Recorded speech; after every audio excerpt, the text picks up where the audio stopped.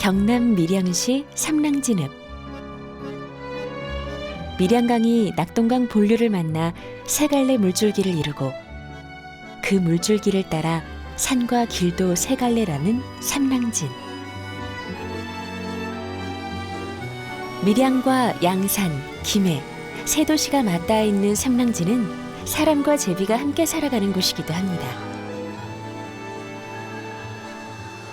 거리 어디에서나 제비와 제비둥지를 쉽게 찾을 수 있습니다. 하루 종일 시끄러운 노점거리 지붕에도, 콩국수집 앞에도, 떡집 낮은 처마 밑에도 제비들이 북적입니다. 제비가 어디에 둥지를 틀든 주민들은 신경조차 쓰지 않습니다. 매년 5월, 제비둥지는 갓 태어난 새끼들로 시끄럽습니다.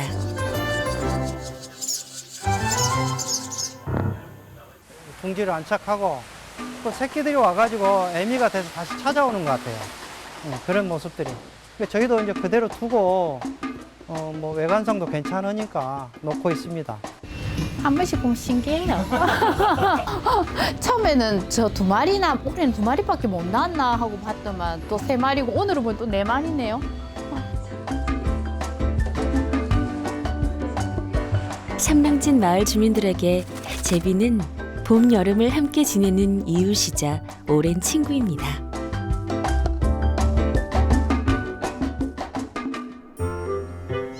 이곳 삼랑진을 번식지로 삼아 제비가 매년 찾아오는 데에는 그럴 만한 이유가 있습니다. 둥지를 지을 때 필요한 진흙과 지푸라기를 쉽게 구할 수 있는 논이 많고 제비의 번식을 묵묵히 지켜봐주는 인심 좋은 사람들이 있기 때문입니다.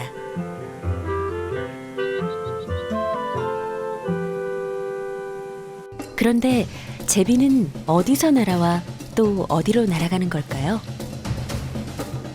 강남으로 간다는 제비의 강남은 과연 어디일까요?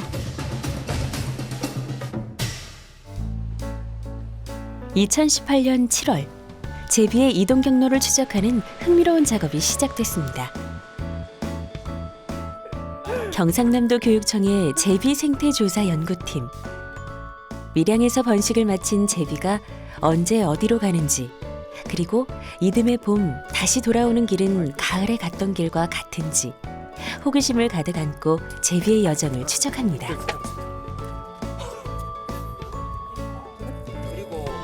밤이 되면 제비들은 먹이 사냥에서 돌아와 잠을 잡니다.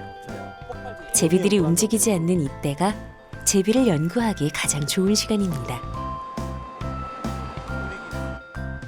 제비의 이동 경로를 추적하기 위해 포획한 제비 등에 작고 가벼운 위치 추적기를 답니다. 3년 전에 처음에 밀양에서 이곳에서 가락지를 달았습니다. 제비에게. 그리고 그 다음에 가락지를 단 그 개체가 한 마리 돌아왔고 또 작년에 달았던 개체가 다시 올해 왔습니다. 그래서 제비의 기소성 정도는 파악을 했지만은 그 개체가 어디로 갔는지, 월동지는 어디인지는 파악할 수 없는 상태입니다.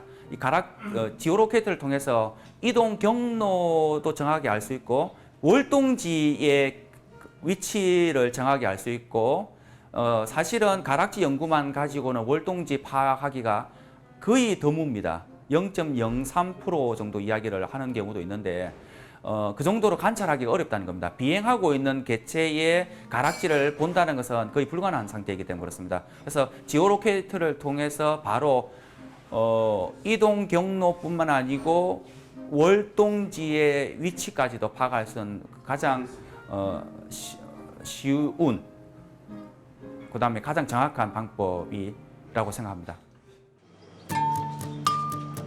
동전보다 훨씬 작은 크기의 지오로케이터. 무게도 0.45g에 불과해 제비가 비행하는 데는 아무런 문제가 되지 않습니다.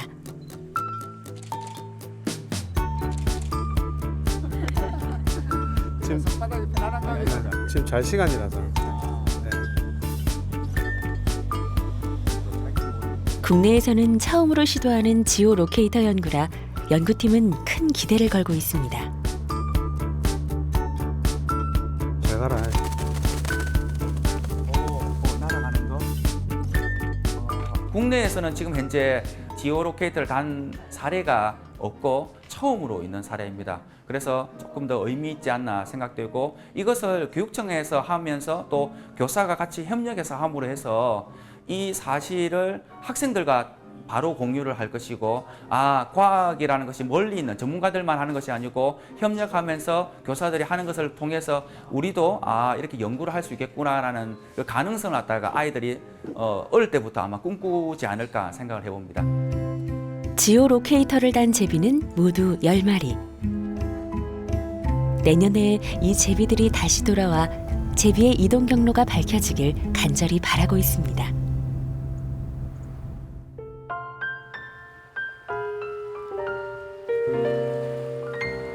제주도의 아침. 붉은 태양이 수평선 위로 떠오르면 8월 말 무더운 늦여름의 아침이 시작됩니다.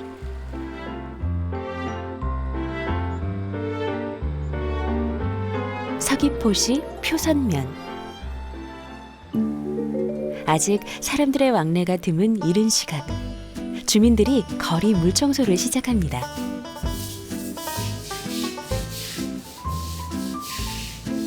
밤새 도로 위 전깃줄과 나무에 머무른 제비들의 배설물을 치워야 하기 때문입니다. 그냥 두면 사람들이 오가기 어려울 정도가 되기 때문에 제비가 몰려오는 8월에서 9월, 이른 아침의 청소는 이제 익숙한 일상이 되었습니다.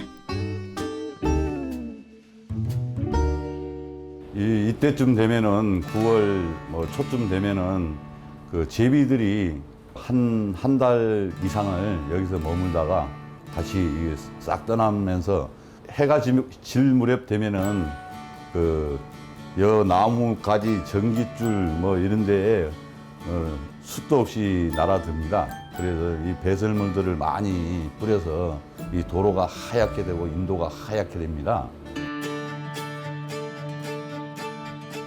제주도는 여름 내에 육지에서 번식을 마친 제비들이 월동지로 이동하기 전 모이는 직결지입니다. 이렇게 제주도에 모이는 제비 숫자는 1년에 약 5만여 마리. 제비가 이동하는 시기에 제주도에는 하늘이 까맣게 보일 정도로 제비가 많습니다.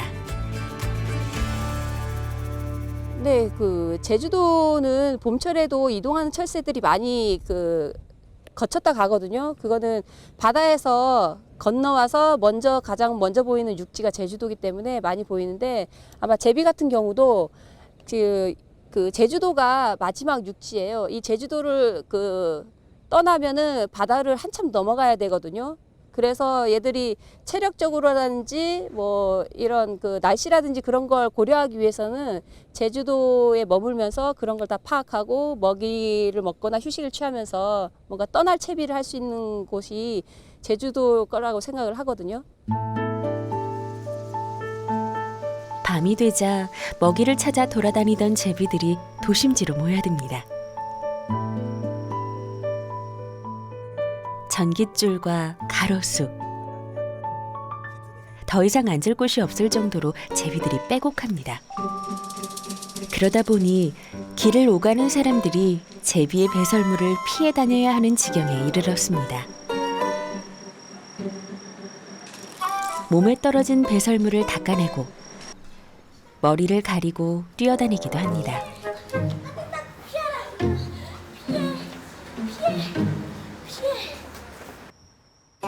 한때는 제비들을 쫓아내기 위해 나무를 두들기거나 제비들을 놀라게 하기도 했지만 이제는 익숙한 일상, 친근한 이웃이 되었습니다. 예, 제비 보니까 좋죠. 저희들은 요즘에는 관광객도 많이 제비 보러 많이 오고 있습니다. 나무마다 우리가 일명 그냥 여기서는 제비꽃으로 불립니다. 그냥 제비꽃이 나무에 만발해 갖고 있습니다.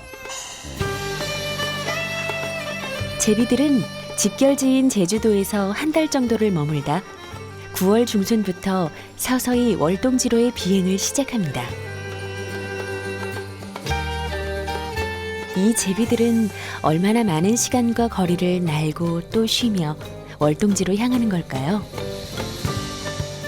그리고 마지막에 도착해 겨울을 나는 제비의 월동지는 과연 어디일까요?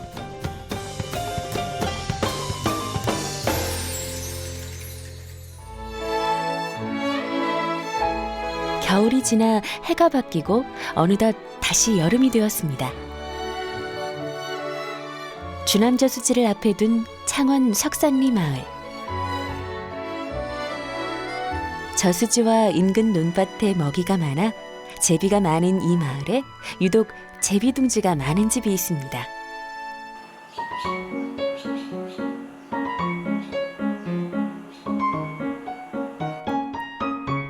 어떻게 알고 찾아오는 걸까요? 제비들을 위해 열어둔 창고 안. 제비들이 부지런히 오가고 10여 개의 제비집이 창고 곳곳에 붙어 있습니다. 신축을 하기는 2004년 4월 달에 했는데 그러고 나서 신축하고 나서 이제 창고를 하고 나니까 이 조건이 좋는가 제비가 2005년도부터 제비가 한두 개 정도 짓더만은 2007년도에는 한 19개, 20개까지 정도 지었어요. 짓고 그래가지고 이제 계속 그 일로 그 이후로 제비가 너무 이제 마요대 포화 상태가 되다 싶었던 데는 막 구석구석에 집을 다 지었는데 지금 이제 요거 잠깐 이제 조금 줄이고 나서는 이제 조금 상태가 조금 집이 조금 줄고. 우리나라를 번식지로 삼은 제비들은 한 해 보통 2번의 번식을 합니다. 올해 첫 새끼들은 둥지를 떠나가고 어미는 2번째 태어난 새끼들을 보살핍니다.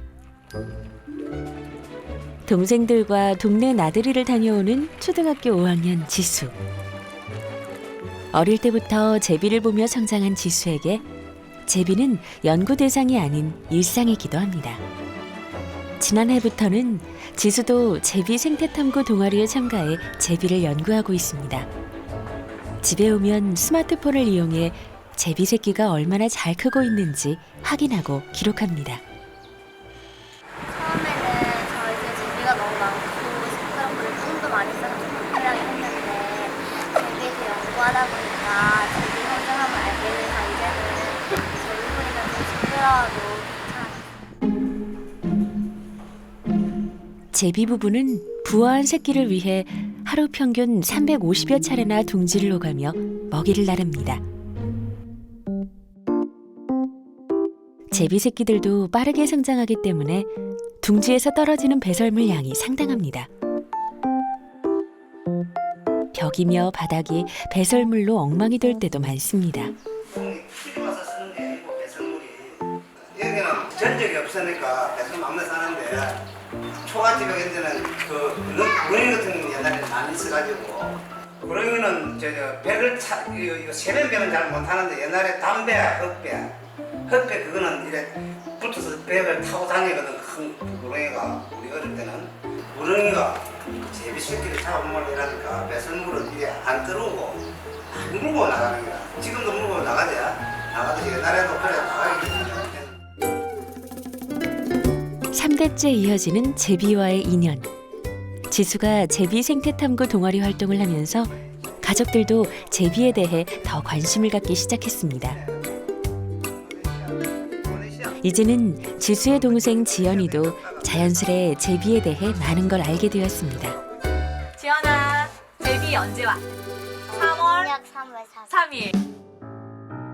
지수가 제비들을 관찰하고 제비 둥지를 직접 만들어 보면서 연구한 결과는 학교 선생님들과 어른들을 깜짝 놀라게 하기도 했습니다. 함께 사진도 찍고 제비 새끼가 성장하는 과정을 지켜보며 제비 관찰일지도 작성했습니다. 지수는 지난해에 이어 올해도 한국, 일본, 대만 학생들이 모여 제비를 연구하는 제비 캠프 참가를 준비하고 있습니다. 일본, 대만 친구들과 제비에 대해 답사하고 활동할 생각을 하니까 되게 기대가 돼요. 밀양 삼랑진. 제비들의 두 번째 번식이 한창입니다. 경상남도 교육청의 제비 생태 탐구 프로젝트 팀이 작년에 시작한 제비 연구를 이어가고 있습니다. 올해도 제비 이동 경로를 파악하기 위해 제비의 등과 다리에 지오 로케이터와 가락지를 부착하려 합니다. 제비를 포획하기 위해 그물을 펼칩니다.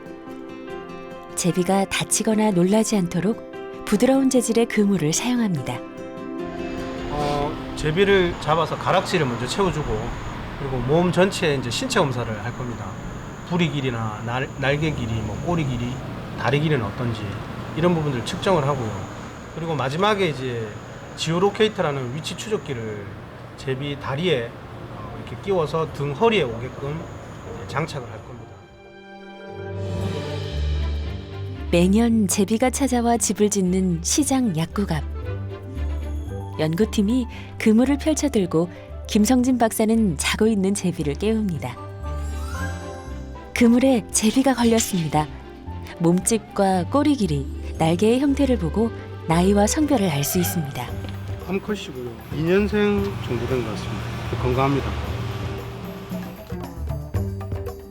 밀양에서 10여 년간 제비를 연구해온 김철록 선생님이 연구팀을 다음 포획 장소로 안내합니다.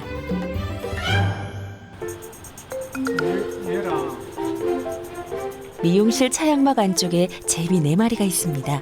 얘도 정도 이렇게 2마리. 나머지는 유주예요. 그물에 걸린 제비를 조심스럽게 풀어내 부드러운 주머니에 담습니다. 제비의 신체를 측정하고 가락지를 달기 전까지 제비를 잠시 가둬둡니다. 지금 여기 아까 저녁 먹기 전에 제비들이 여기서 이제 잠을 자기 위해서 왔다 갔다 하는 걸 눈으로 확인했습니다. 그래서 여기 성조가 있을 걸로 이제 예상을 하고 왔는데 성조가 수컷 2마리, 암컷 1마리 잡혔고요. 유조는 1마리가 있는 걸로 확인이 됐습니다. 제비의 성별과 나이, 몸의 길이와 건강 상태를 확인합니다. 꼬리 기시 72.1, 꼬리 5.85, 115.0. 신체 측정과 기록이 끝나면 다리 한쪽에 가락지를 채웁니다.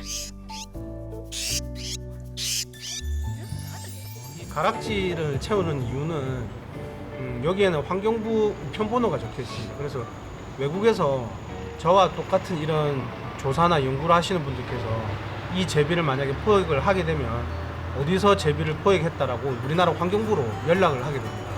그러면 제비가 이제 포획된 장소, 중간에 뭐 이제 월동지나 아니면 그 전에 뭐 중간 기착지에서 제비가 잡힌다 그러면 제비가 그쪽으로 날아갔구나라는 걸 좀 더 확실하게 알 수 있는 방법입니다.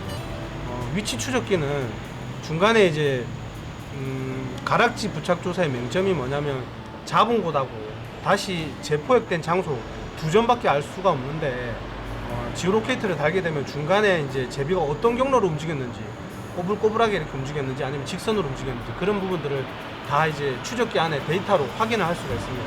그래서 가락지 부착 조사의 맹점을 지오로케이터가 좀 보완을 해서 제비의 확실한 이동 경로를 파악할 수 있는 그런 조사가 되겠습니다.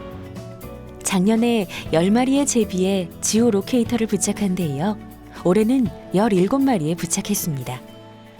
지오 로케이터를 등에 진 제비가 1년간의 이동 경로를 기록하고 내년에 다시 돌아오기를 기대합니다. 또다시 1마리를 포획합니다. 다 잡아 보이죠? 아니 성공! 잡아가지고 이걸 해야 되는구나. 아무리 사진을 찍어도 안 보여요. 확인 못 하겠네. 작년에 날려보낸 위치 추적 장치를 단 제비를 찾았습니다. 누가 달았노? 제가 했잖아요. 대박 사건. 야, 이게 다시 오네. 이거 한번 잘라주세요. 한 가닥 쭉 자르세요. 가락지를 단 제비가 같은 장소로 다시 돌아와 포획되는 일도 흔치 않기 때문에 1년 전 지오 로케이터를 부착한 10마리의 제비 중 하나를 찾아낸 건 기적과도 같은 일입니다.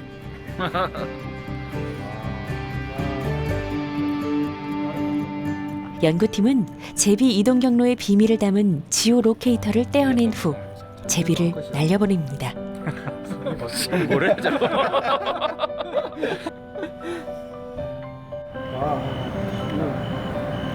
너무 반갑다. 맞을게요.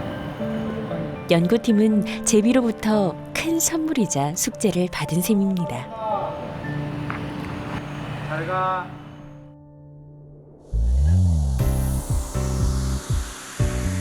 (8월) 하순 경남 창원과 김해에서는 제비에 대한 애정이 남다른 한국, 대만, 일본의 학생들이 모였습니다. 6년째 이어오고 있는 국제학생 제비 캠프 현장입니다. 제비가 집결지에 모여 떠날 준비를 하는 동안 세 나라의 학생들은 제비에 대한 공부를 하고 연구 결과를 발표합니다. 지수도 친구들과 캠프에 참가했습니다. 각 나라의 학생들이 자기 나라에 살고 있는 제비를 조사를 하고 조사 결과를 캠프에서 모여서 같이 공유하고 그리고 점점 그 수가 줄어들고 있는 제비를 보호할 수 있는 방법들을 같이 고민하는 그런 자리입니다. 마을에 찾아오는 제비, 제비 둥지의 크기와 재료 등 제비에 대한 이야기가 다양하게 펼쳐집니다. 그리고 3국의 학생들과 선생님들 앞에서 1년간의 연구 결과를 발표합니다. 두산마을 제비 둥지 조사 결과입니다. 2017년 1차에 4곳에서 번식했고 2018년에는 4곳에서 번식했고 2019년에는 5군데에서 번식했습니다. 그리고 2019년에는 예전엔 없던 귀제비가 2곳에서 번식을 해서 되게 반가웠습니다. 지수는 친구들과 함께 우리 집에는 왜 제비가 많을까라는 주제에 대해 발표했습니다. 그리고 4번과 9번 둥지에는 부화하지 않은 알이 있었습니다. 알 자체가 무정란으로 정서 없이 난 알이거나 8월의 무더위로 알이 익어버려 부화하지 못한 것으로 추정됩니다. 또한 제비 둥지의 주 재료인 지육과 지푸라기를 쉽게 구할 수 있는 논이 가까워 있어 이쯤에 제비 제비가 서식하기 좋은 곳에 있었습니다. 제비에 관한 많은 이야기를 듣고 나눈 3박 4일의 제비 캠프가 끝나고 내년 만남을 기약합니다. 제비랑 관련된 체험을 통해 일본, 대만 친구들이랑 많이 친해져서 즐거운 시간이었던 것 같아요. 대화가 잘 안 통했지만 먼저 다가가지고서 여러 가지 체험을 많이 했던 것 같아요. 대만, 일본 친구들과 만나서 좋았고 제비에 대해 몰랐던 것도 더 많이 알게 되었고 대만, 일본 친구들과 교류하면서 같이 지내니까 좋았어요. 제비가 가져온 행운, 지오 로케이터로부터 제비의 이동 경로가 확인됐습니다. 제비는 제주도를 거쳐 일본 오키나와와 필리핀을 지나 인도네시아 수마트라 섬까지 날아갔습니다. 하루 평균 600km, 월동지와 번식지를 왕복한 거리는 무려 14,000km에 이릅니다. 지오 로케이터는 제비가 이동하는 기간, 빛의 밝기를 근거로 해가 뜨고 지는 시각을 기록합니다. 지오 로케이터를 회수하면 이 기록을 바탕으로 날짜별 이동 경로와 거리를 추적할 수 있습니다. 이제 우리나라에 봄에 찾아온 제비들은 우리나라에서 번식을 2번을 하게 되는데 번식이 끝나면 이동 준비를 하게 됩니다. 우리나라에서 번식한 제비들은 7월 말에서 8월 초 사이에 제주도에 위치를 하게 되고 그리고 그 이후에 일본의 오키나와의 여러 섬들을 중간 기착지로 해서 필리핀으로 이동을 합니다.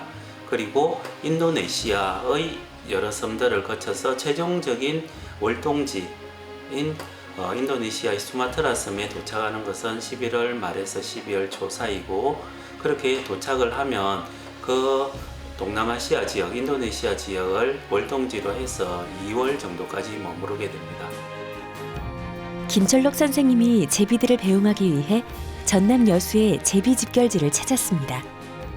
지오 로케이터를 회수하며 큰 성과를 얻었지만 아직도 숙제는 많이 남아 있습니다. 제비가 우리나라로 돌아오는 정보들은 이번 연구를 통해서는 알 수가 없었습니다. 왜냐하면 지오로케이터가 제비 몸에 완전하게 부착이 되다 보니까 깃털에 가려져서 빛을 기록하기가 어려운 상황이 됐죠. 그래서 월동지로 이동하는 경로는 알 수 있었지만 월동지에서 우리나라로 돌아오는 경로는 파악할 수 없었습니다. 추후 연구를 통해서 아마 파악할 수 있을 것으로 그렇게 생각이 됩니다. 오랜 세월 사람 가까이 살아온 제비. 그런 살 곳이 줄어들며 개체수 또한 감소하고 있습니다. 제비를 사랑하는 사람들과 함께 16g 제비의 놀라운 기적이 오랫동안 계속되길 기대해 봅니다.